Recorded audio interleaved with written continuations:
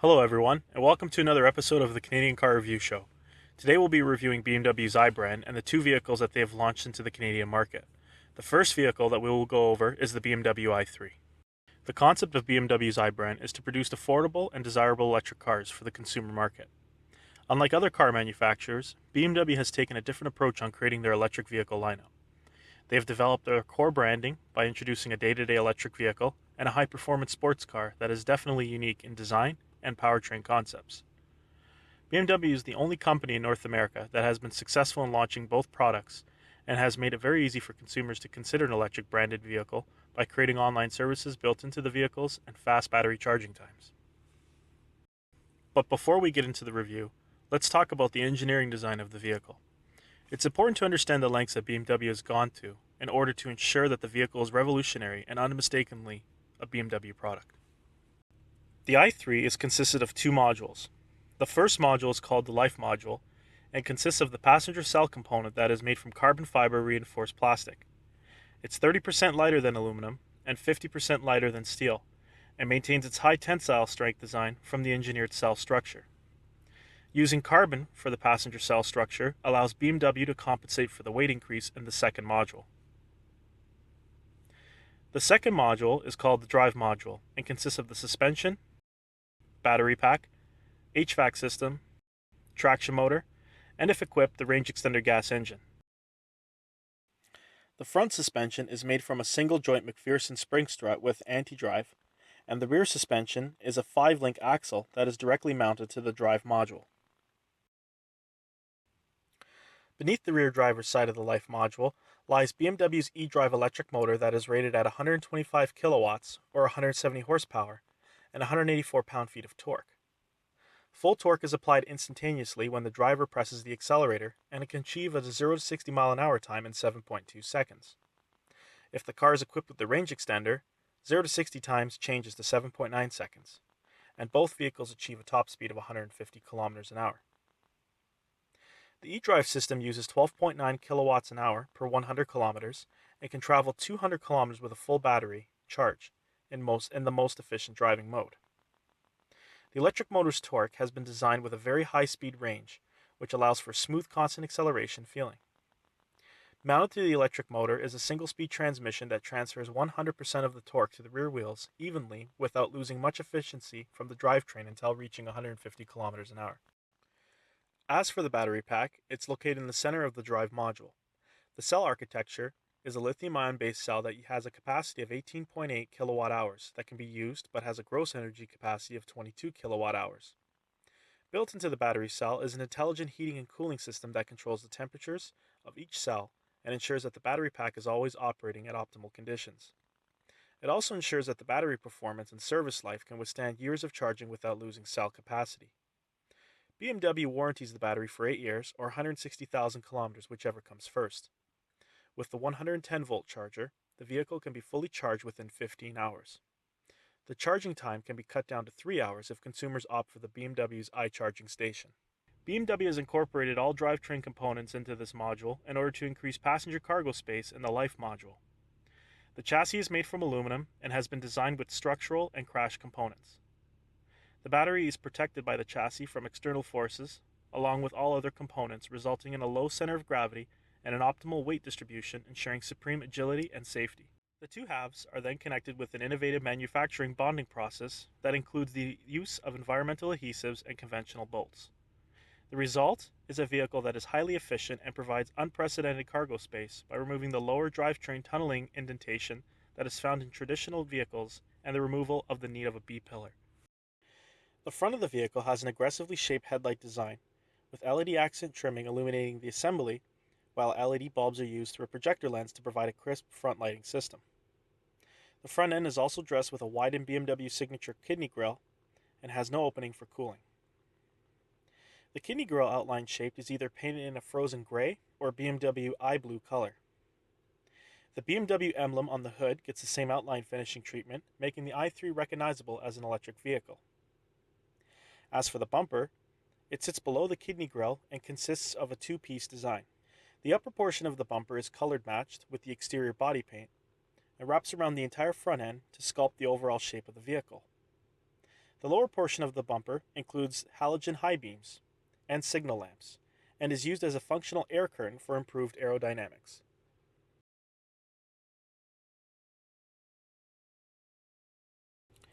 As we make our way to the side of the vehicle, the front wheel wells of the i3 are filled with either 19-inch or with 20-inch I-double spoke high-efficiency rims that ride on high-efficiency narrow run-flat tires.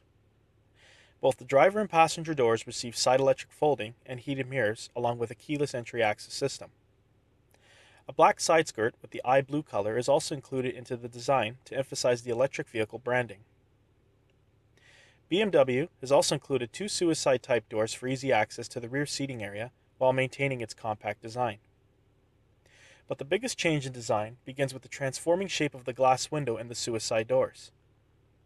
If you look closely, you'll notice that the rear passengers sit higher in the Life module than the front occupants. Because of this, BMW changed the geometry of the window in order for the rear passenger to feel as if they are in a full-size vehicle. The headliner has also been modified to allow for more interior headspace, in order to ensure that the occupants in the rear seats of the i3 feel comfortable and are not restricted with a door frame blocking their vision. As for the rear windows, the design changes yet again to complement the tailgate's rear window. The taillight outer layer consists of an all-glass material that houses the built-in LED taillights. With this design, the signal lamps appear as if they are floating within the tailgate. The backup camera is included into the tailgate along with the rear windshield wiper, tailgate diffuser, and LED upper brake light.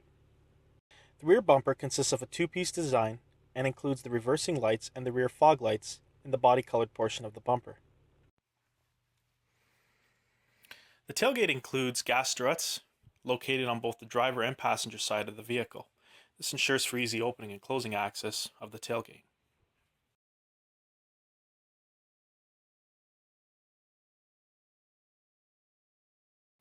Trunk space for the i3 is fairly large and can also be increased by folding down the rear seats.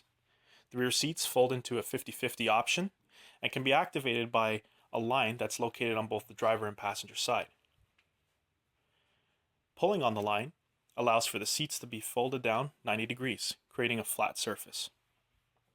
The trunk floor is also made from a composite material and is wrapped in felt and can be lifted to access the traction motor and all other i3 electronics. The driver's door paneling is made from various materials. The black portion of the door trim is made from recycled plastic, while the gray fabric material is made from KNAF fibers. The tan leather has been naturally treated, and the rest of the door trim has been made from renewable resources. The driver's door also includes power heated and folding side mirrors, door locks, windows, and a Harbin Kardon speaker that complements the vehicle's surround sound system. Both the front driver and passenger get 6-way manual adjustable seats that is made from active wool and tanned leather.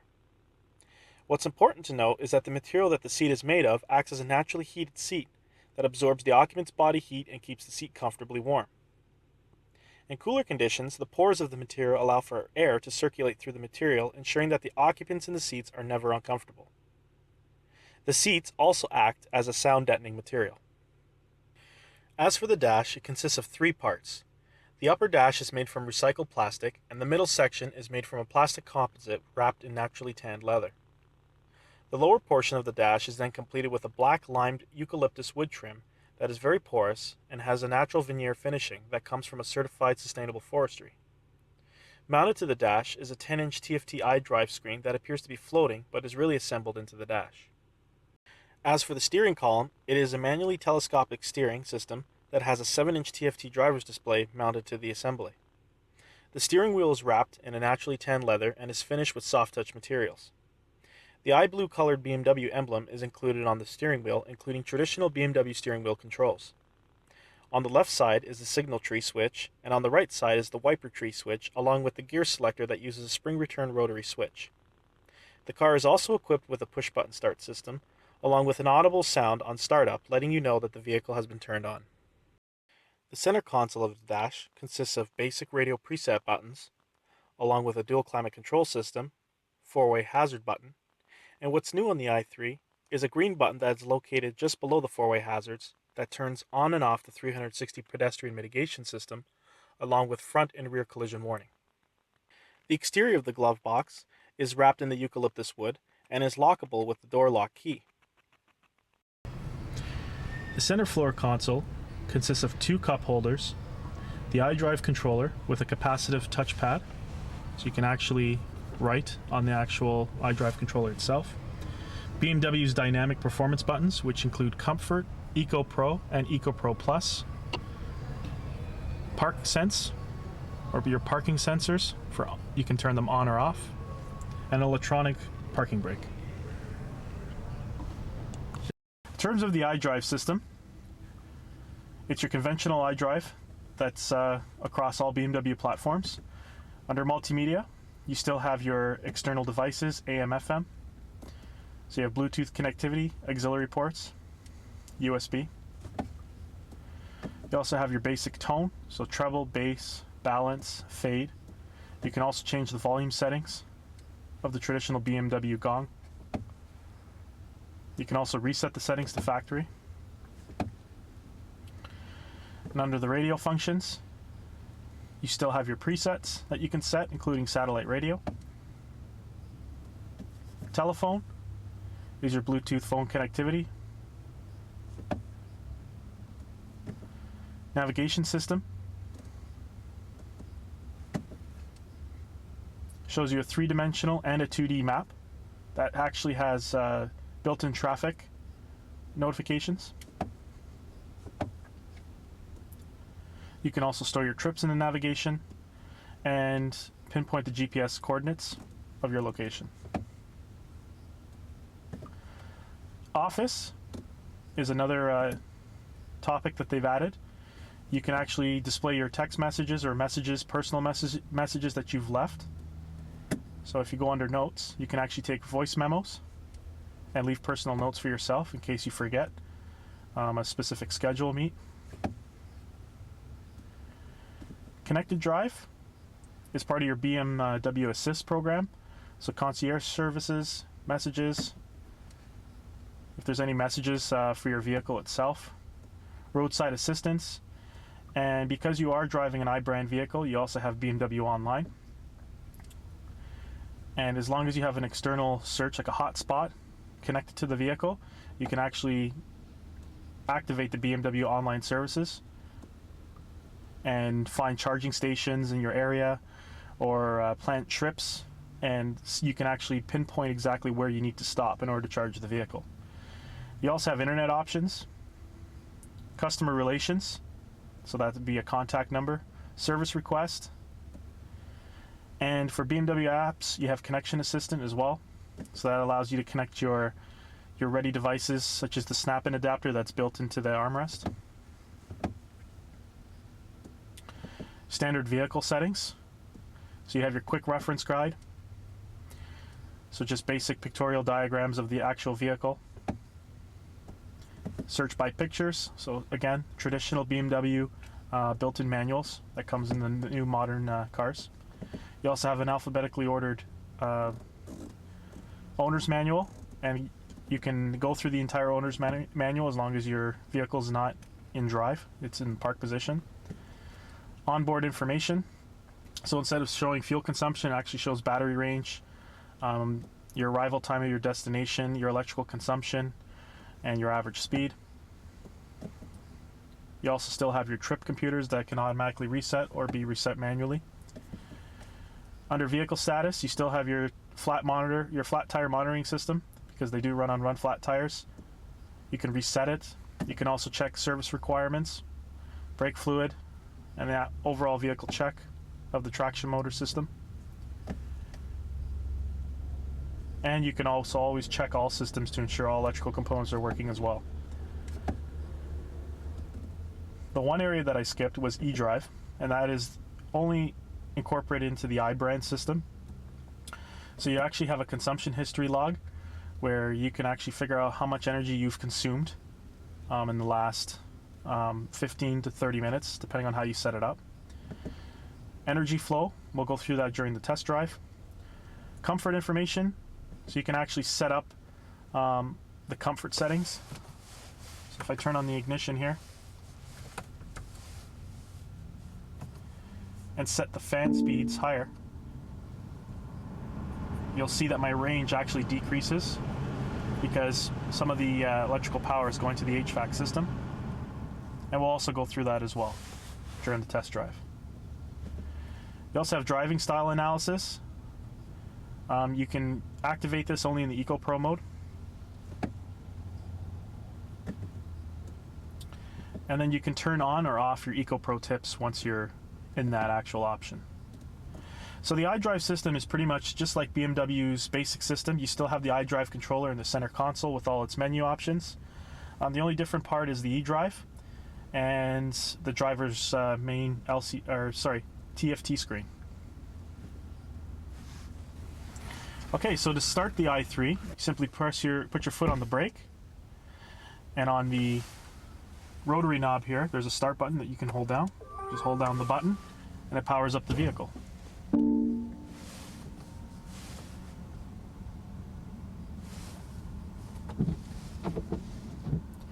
So, a couple of things to note about the vehicle itself. The removal of the actual flooring system in the car and having the drive module allows for a lot more space in the vehicle. And the actual seats itself are very comfortable. You'll notice that the dash sits lower to the car, so you actually have excellent road visibility when looking out in the windshield. You still have the same materials that you find in a conventional BMW. The finishings are still the same. The only thing that's different is the actual the electric part of the vehicle itself.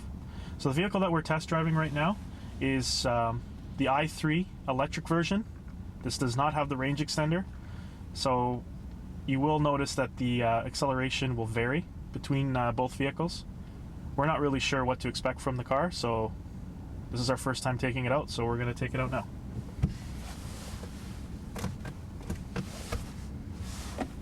The car also comes with an electric parking brake. I just released it, and here we go.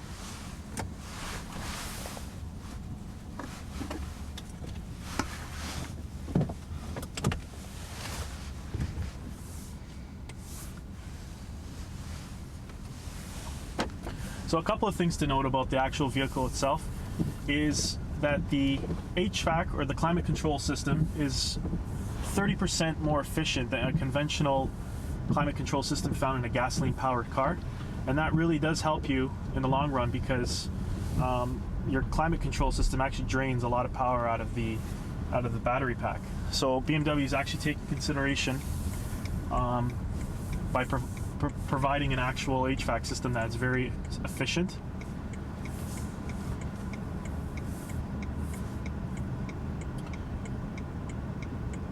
So what's different about the vehicle itself too is the actual driver's gauge. As you're watching the video here, you'll notice that the power consumption, there's a bar, a black, blue, and a white bar that constantly moves. So as long as the white bar is within the blue column, of the actual gauge itself, it means that I'm driving in the most efficient manner possible with the vehicle. So by accelerating, I start moving towards the right. And as I continue to brake, then the regenerative braking system kicks in. The car is very quiet, it has lots of sound deadening in here, and right now, just driving the vehicle, it feels like just driving like an ordinary car. So the traction motor has 170 horsepower and 184 pound-feet of torque, and the torque is available at 100%, so you have instantaneous torque. The one thing that you have to get used to is the actual regenerative braking system. So right now, my foot is not on the brake or the accelerator. However, the car is in a park position. And as I start moving the accelerator, it pushes the car forward, but once you start removing your foot off the actual accelerator itself, it begins to brake. So it's very sensitive, and it's actually a very good system. It works very well. And your parking brakes do activate as well when you are taking your foot off the accelerator. There's an actual rating of, I believe, 0.3 Gs is when the actual taillights turn on.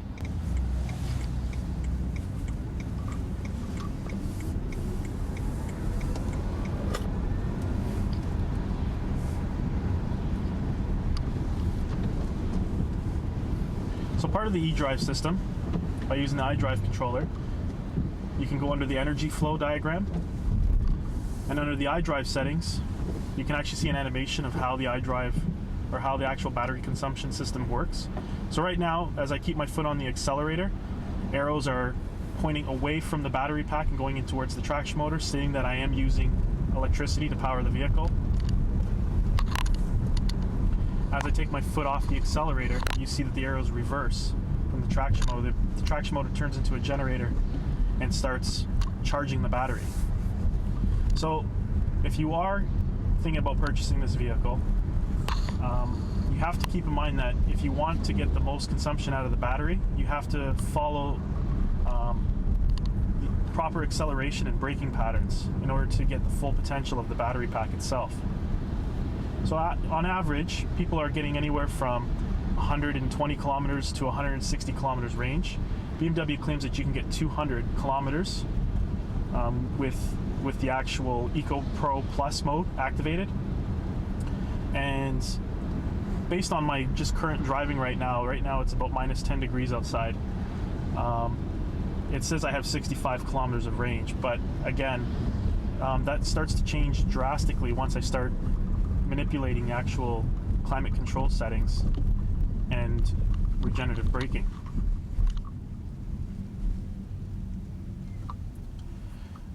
And as the vehicle comes to a stop, just to keep in mind, I'm not even pressing the brake at all. I'm just using regenerative braking the entire time to slow down the vehicle. So if you learn how to actually drive this vehicle, you can actually capture a lot of its unused energy and really save a lot of money in terms of energy consumption. So the actual battery itself is 18.5 or 18.8 kilowatt hour battery pack. The actual gross of the battery is 22 kilowatts hours, but there's also a reserve that BMW has incorporated in order to protect the battery. The battery is also heated and cooled for optimal temperatures to ensure that the battery pack doesn't come out of its optimal range, and ensures that it also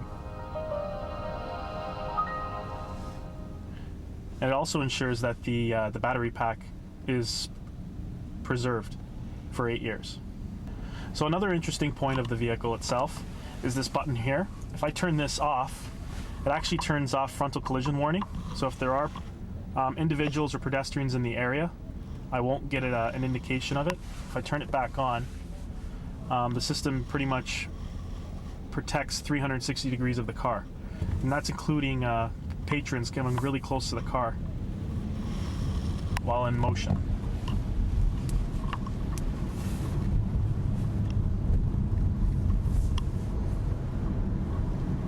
Now, in terms of ride quality, this car, because of the low center of gravity of the actual vehicle and of the life module being made out of carbon fiber, it actually feels very light. It feels like a very nimble sedan that BMW has made. And the steering is actually fantastic. It's very firm, very responsive to driving characteristics. So my driving inputs match the actual angle of the actual vehicle itself.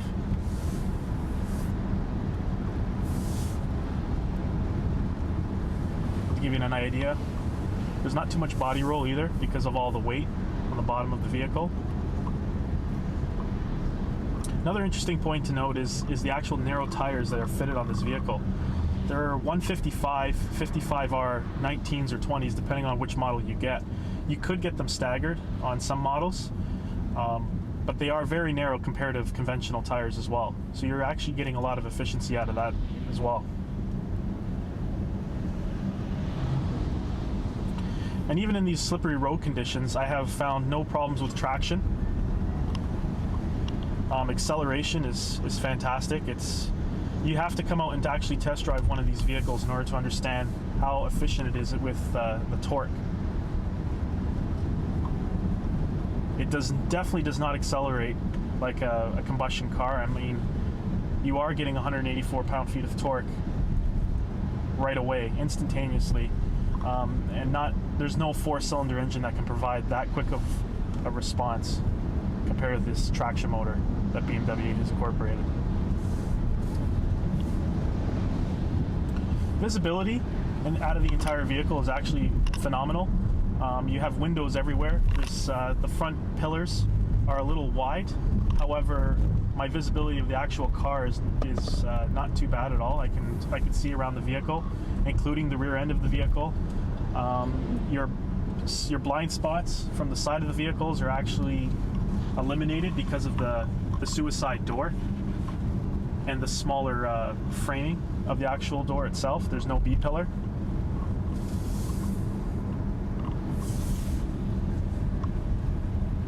And overall, the actual quality of the drive and the feel, I feel like I'm in an actual quality car. It wasn't made cheap at all. Based on the price range and the incentives that you get in Ontario, this is actually a fantastic deal in terms of power and performance. And then, like everybody else at the side of the road, you're pretty much conserving almost 100% of your energy at a red light. Even though BMWs do have the efficiency dynamic system start-stop technology on most of their combustion cars, this car itself is way more advanced. It applies way more different characteristics of the actual system, and really it really shows its true dynamics of efficiency and environmental purpose. You also notice that the interior is partially made out of recycled material. The majority of the components, almost 25% of the plastics in the car, are made from recycled materials, recycled plastics. And the nice finished wood, it actually looks really nice at night. It really makes the interior pop. It really brings the colors together in the screens.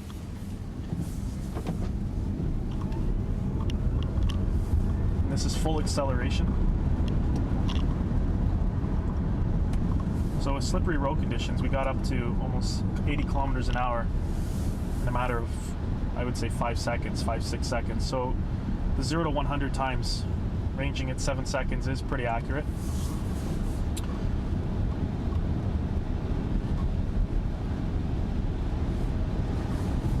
Now you do have your driving options as well. You have comfort. So obviously in the i3 you don't have a sport mode. You have a comfort, Eco Pro, and Eco Pro Plus. So in comfort mode, if I accelerate aggressively, it does pick up very quickly. Now let's try the driving characteristics of the Eco Pro and see how the actual car reacts to my driving inputs itself. So it's important to note that if you are in the market for an electric vehicle, there are several options, but what makes the BMW stand out of the crowd is its actual price range and its range itself, driving range. So most of the electric vehicles out there get anywhere between 50 to 70 kilometers an hour in a full-size battery. Unless if you get into the Teslas, is where you get up to the 200 kilometer range, 2 to 300 kilometer range, even 450 now with their newer battery packs. Whereas the BMW meets a moderate criteria area where you still get 200 kilometer range, minimum 150, and you still get the quality and the cost effectiveness of the vehicle itself. So they've done an actual fantastic job. And considering the cost of the vehicle, like I said, the main shell of the car is made out of carbon fiber. Now that's pretty impressive. You know, most people wouldn't understand the importance to that, but really, in order for this car to drive the way it is right now, there was a lot of engineering and thought put into the actual design in order for the performance to be achieved. So driving in Eco Pro mode, there is definitely a change in power, but again, I'm very impressed with the handling of the car. Like I said, road conditions are not very good right now. You can, as you're watching, I'm driving through a bit of a wet snow drive, and it's handling just perfect. Again, I'm not applying too much brake. Now I'm applying a little bit more brake from the actual hydraulic calipers, just to slow the car down the hill. But other than that, the majority of the time I'm using the regenerative braking. Now again, for full throttle in Eco Pro, it doesn't look like it limits the power at all, because I just accelerated the same way I did as in Comfort. And as I come to a stop, again, regenerative braking. It's fantastic. I think this is a great concept. It's a great way to save energy. It's also a great way to change your driving habits in terms of energy efficiency. And the rear occupants as well have an ample amount of space. Now I'm 6'1", and the driving posture I'm in right now is actually very comfortable. The seats are actually really comfy.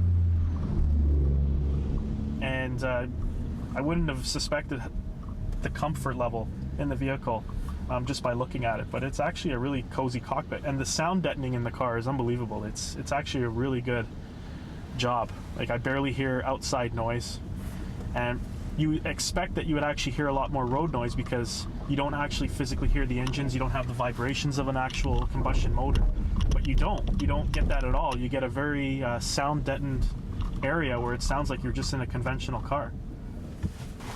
Okay, so now we're going to take the vehicle into Eco Pro mode and see the changes. So it actually limits the car to 90 kilometers an hour, it says. Now, I definitely feel a difference in the acceleration. It really limits your acceleration power in Eco Pro Plus. Really tries to boost your driving range. Forces you. You still have the ability to accelerate hard, but at first, there's a lot more play in the pedal. There's a lot more. You have to put your foot into it a little bit more in order to get the power.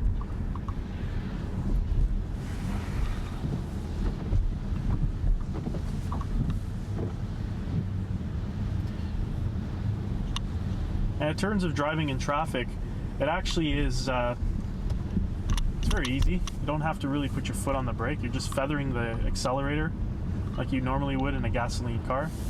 It's just your momentum is obviously stopped a lot faster because of the regenerative braking system. This concludes our video review. We'd like to thank Bud's BMW on providing the vehicle to us. And for more information on the i brand or the i3, you can contact Matthew Roden with the information provided. Please subscribe to our channel, and thanks for watching.